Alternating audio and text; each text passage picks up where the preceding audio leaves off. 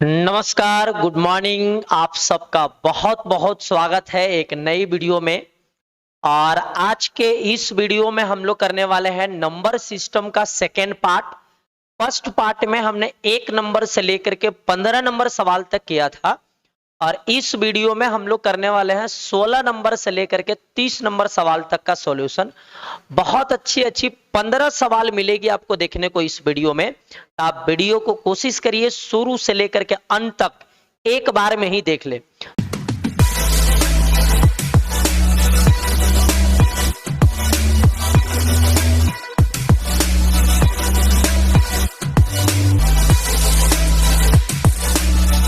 तो आइए शुरुआत करते हैं सवाल नंबर 16 से।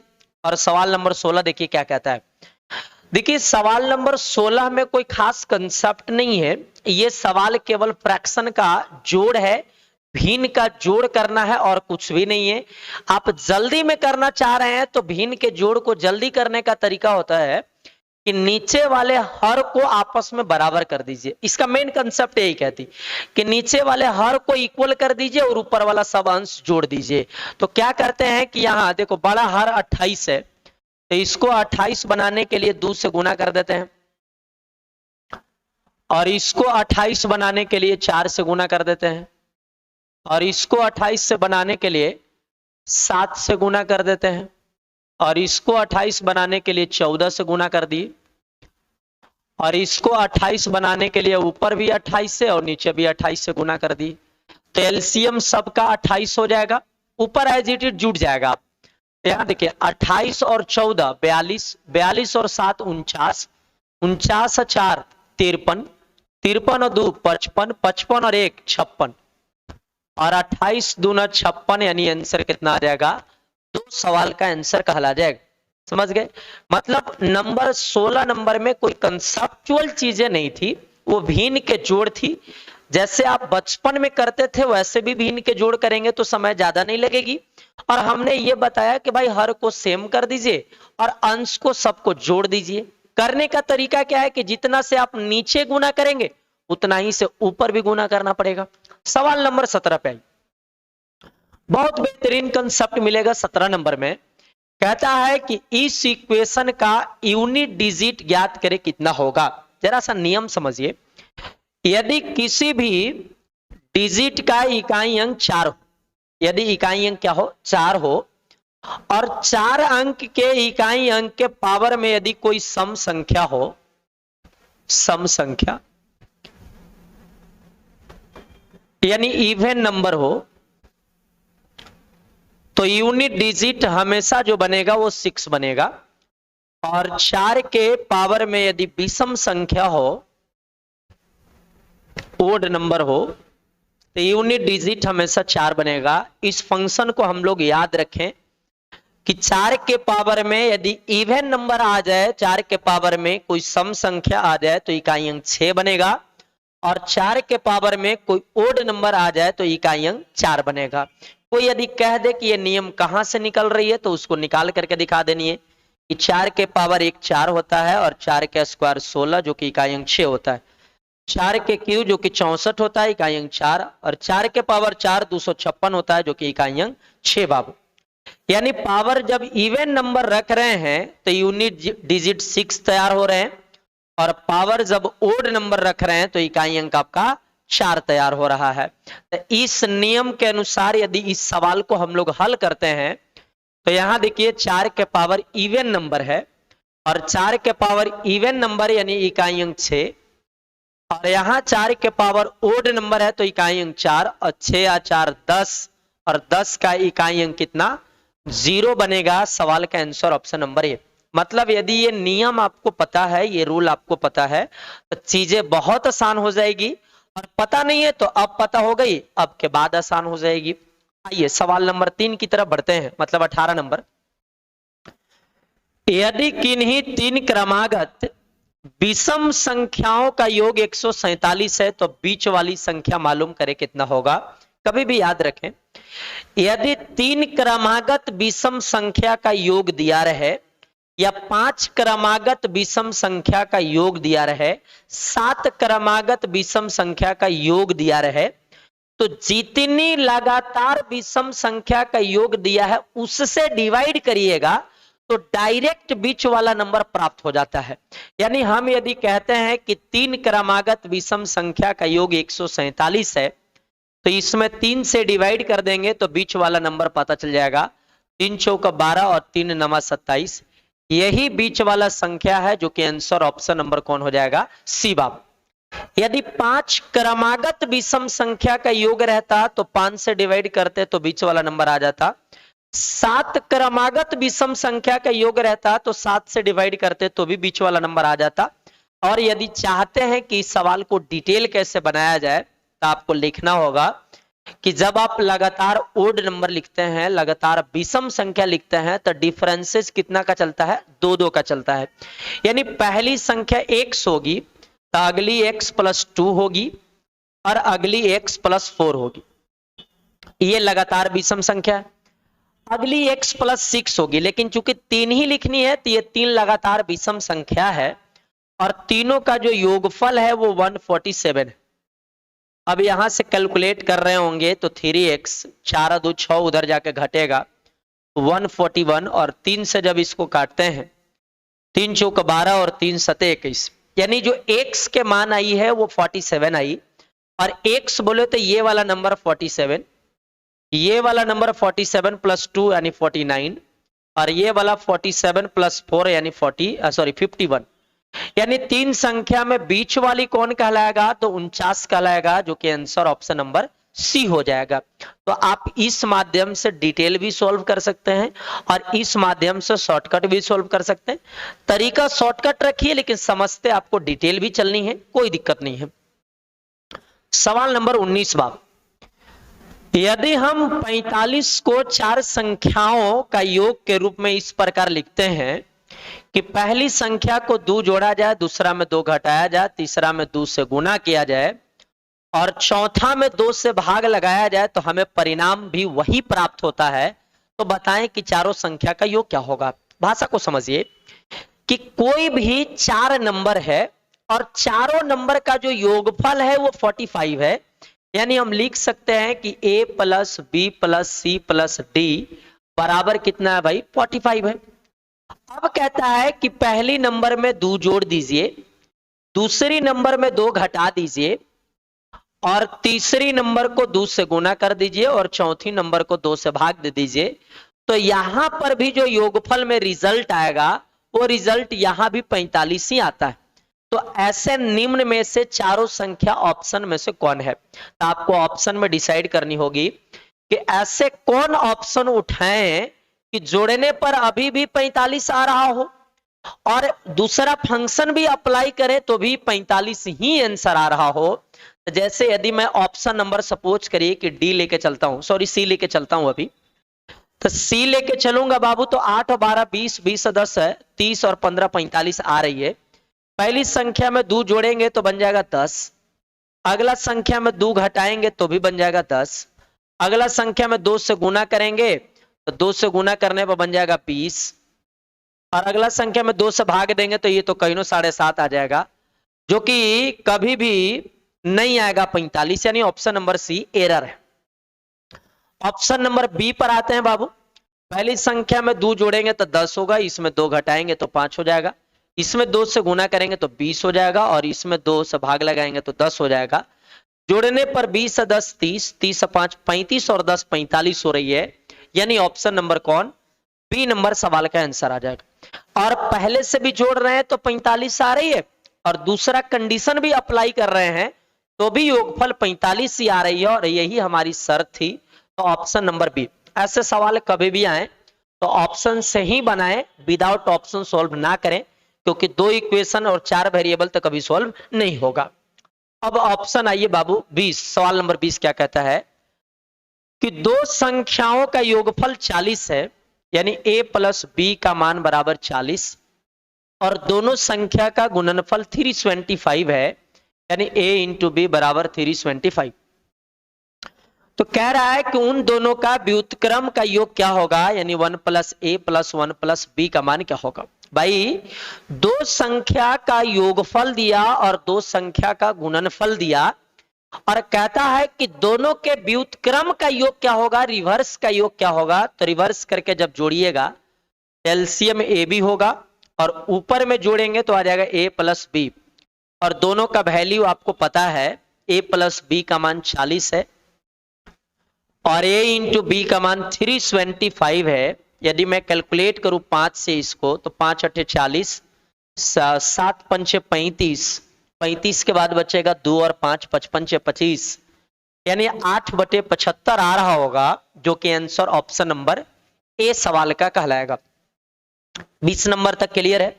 सवाल नंबर 21 पर आइए और 21 नंबर देखिए क्या कहता है कि यदि किन्हीं 3 विषम संख्याओं का जो 3 से विभाजित है का योगफल 63 है, तो उनमें सबसे बड़ी संख्या का मान ज्ञात करें कितना होगा। ध्यान से सुनिए, यहां 3 क्रमागत विषम संख्या का योग नहीं दिया है।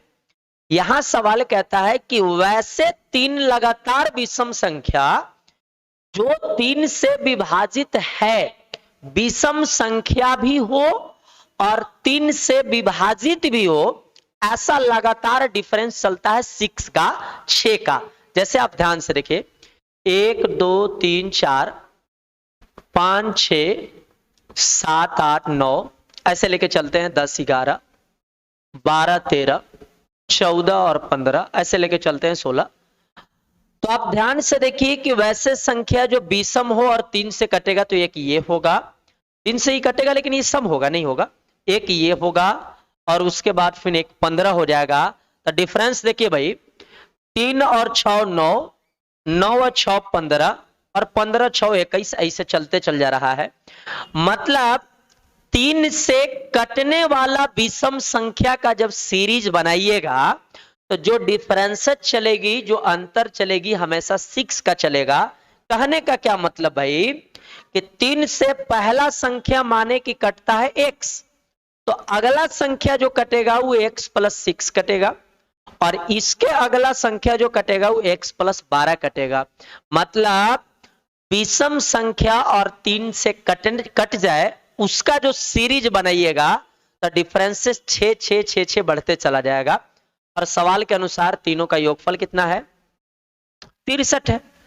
अब सोल्व करेंगे तो 3x और 12 और 6 18, 18 उधर जाके घटेगा, 63 में से 18 को घटाते हैं तो आ जाएगा 45, 45 और 3 से जब काटते हैं तो x का मान 45 आ जाएगा और x का मान 45 आ गए। और सवाल कहता है कि उनमें सबसे बड़ी संख्या क्या होगा, सबसे बड़ी संख्या निकालना है तो x प्लस 12 यानी 15 आ जाएगा ना, 15 प्लस 12, तो 15 और 12 जोड़ते हैं तो कितना आ जाएगा 27, जो कि ऑप्शन नंबर कौन हो जाएगा, सी हो जाएगा। आप इस भाषा के अनुसार भी बना सकते हैं या फिर हमने आपको एक टेक्निक बताया था, आप याद करिए कि यदि 3 लगातार संख्याओं का योगफल दिया हुआ है तो 3 से डिवाइड करेंगे तो बीच वाला नंबर आ जाएगा और बीच वाला नंबर कितना हो जाएगा 21 है।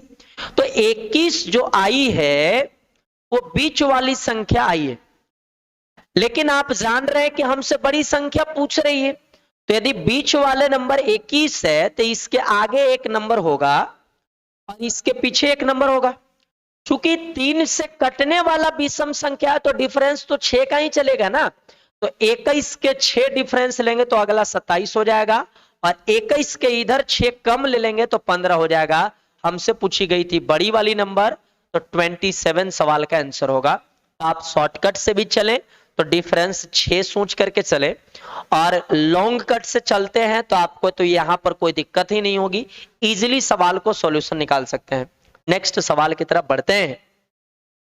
सवाल नंबर 22 बाबू, एक संख्या को दुगुना करके 9 जोड़ा जाता है, एक संख्या को दुगुना करके 9 को जोड़ा जाता है।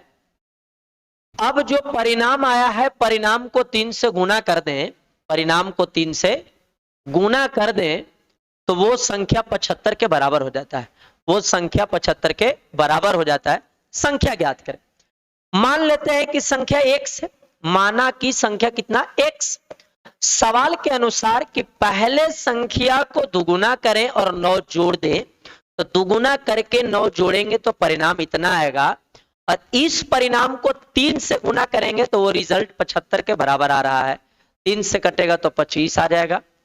2x का मान 9 जाके घटेगा तो 16, और 2 से जब काटेंगे तो वो जो नंबर होगा वो कितना होगा, 8 के बराबर होगा। Option number B.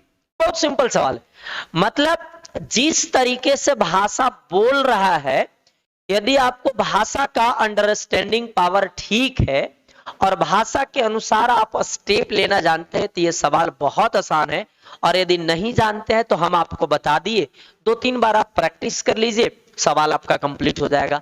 भाई देखो, कोई भी सेशन, कोई भी वीडियोस को खोलिए तो एटलीस्ट एक बार में कोशिश करिए कि शुरू से लेकर के अंत तक देख ले। इसलिए हमारा प्रयास है कि हम ज्यादा लंबा वीडियो आपको बना करके ना दें। 1 घंटा का वीडियो, 1.5 घंटा का वीडियो ना दें, 30, 32, 35 मिनट का वीडियो अवेलेबल कराएं ताकि आप इजीली देख पाए। समझ गए बाबू? तो हमारी प्रयास है, हम शॉर्ट वीडियो बना रहे हैं, आप शुरू से लेकर के अंत तक जरूर देख लें। सवाल नंबर 23 कहता स्टार का मतलब है कि ए स्टार बी का मतलब A plus B minus A B. तो बताइए 5 स्टार 7 का मान क्या होगा?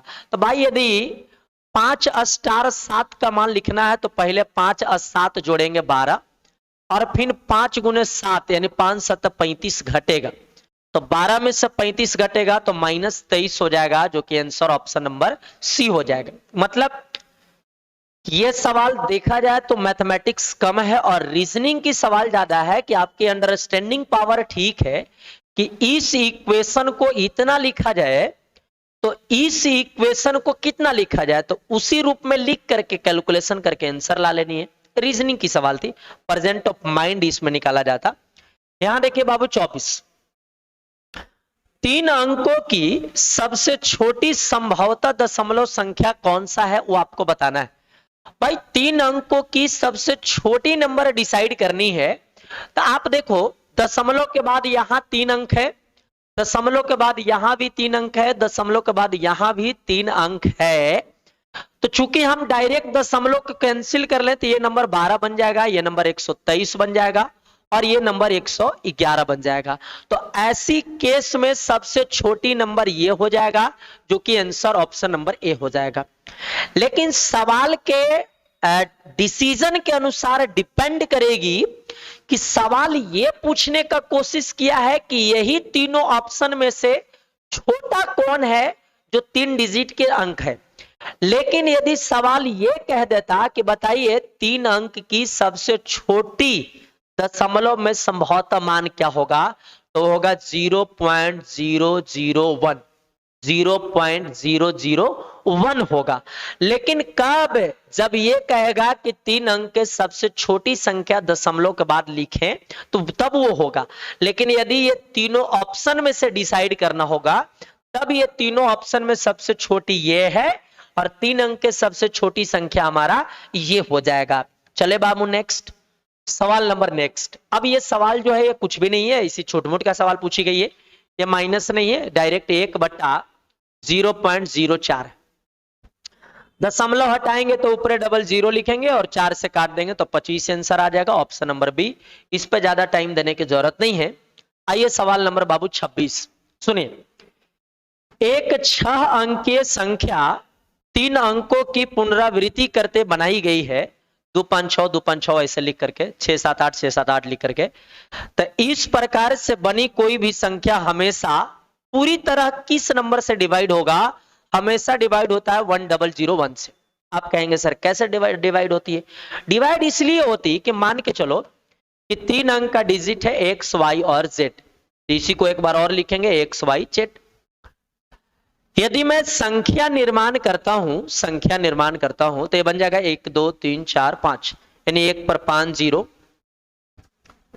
प्लस, अब यहां से देखिए 1 2 3 4 यानी 1 पर 4 0 वाई, 4 0 वाई प्लस 1 2 3 यानी 1 पर 3 0 जेड प्लस 1 2 3 यानी 1 2 यानी 1 पर 2 0 एक्स, उसके बाद 1 यानी 10 वाई और प्लस जेड।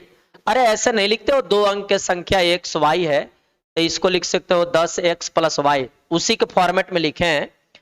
जब आप x वाला को x के साथ जोड़ेंगे बाबू, y वाला को y के साथ जोड़ेंगे दोस्त, और z वाला को z के साथ जोड़ेंगे, और तीनों को जब जोड़िएगा तो 1001 आपका आ जाएगा कॉमन, और कॉमन आ करके अंदर में कुछ आएगा मतलब उससे है नहीं, ये कॉमन आ गई मतलब इस इक्वेशन का ये एक फैक्टर आ गई, और जो फैक्टर होता है वही आपका डिवाइजर होता है, जो कि आंसर ऑप्शन नंबर डी बन गई। तो आप यदि याद भी रखते हैं तो कभी आंसर चेंज नहीं करेगा। कभी भी 3 डिजिट को रिपीट करके 6 डिजिट का नंबर तैयार किया है तो वो नंबर हमेशा 1001 से डिविजिबल होता है, पूर्णतः विभाजित होता है। आइए सवाल नंबर नेक्स्ट की तरफ बढ़ते हैं कि बाबू 27 नंबर कहता है कि 1000 में कौन सी सबसे छोटी संख्या जोड़ी जाए ताकि नई संख्या 45 से विभाजित हो जाए। देखिए इसमें 2 टाइप का सवाल देखने को मिलता है। कहता है कि कौन सी संख्या जोड़ी जाए, और एक मिलता है कि कौन सी संख्या घटाई जाए। ये 2 तरह का सवाल देखने को मिलता है बाबू। तो आप दोनों ही केस में स्टेप सेम लिया आएगा, लास्ट में आंसर अलग अलग लिखा जाता है। जैसे 45 से डिविजिबल बोला है तो 45 से 1000 को भाग लगाओ, 45 दूना 90, और यहां बचा 10 और 0, 45 दूना 90, और घटने के बाद 10 बचा कोची बाबू शेष, 10 बचा क्या शेष। अब ध्यान से सुनो, यदि सवाल हमसे ये कहता कि बताएं कि 1000 में कम से कम कितना घटा दिया जाए ताकि वो नंबर 45 से कट जाए, तो घटाने के लिए बोलता तो आंसर हमारा 10 होता, यानी घटाई जाए कितना तो आंसर हो जाएगा 10। लेकिन सवाल ये कह रहा है कि कम से कम कितना जोड़ दिया जाए, कितना ऐड किया जाए, तो जोड़ने के लिए बोलेगा तो इन दोनों का अंतर आंसर होगा। तो 45 और 10 का अंतर कितना हो जाएगा 35, यानी यदि 35 को जोड़ दें जो कि आंसर ऑप्शन नंबर ए है, तो ये नंबर बन करके 45 से कट जाएगा, और 10 घटा देंगे तो भी कटेगा। लेकिन सवाल में ये बोला है कि कम से कम कितना जोड़ दिया जाए, कम से कम कितना घटाया नहीं जाए। लेकिन सवाल दोनों फॉर्मेट में एग्जाम में आती है तो दोनों को कंसेप्ट आप साथ में रखिए कि स्टेप दोनों में सेम लेनी है।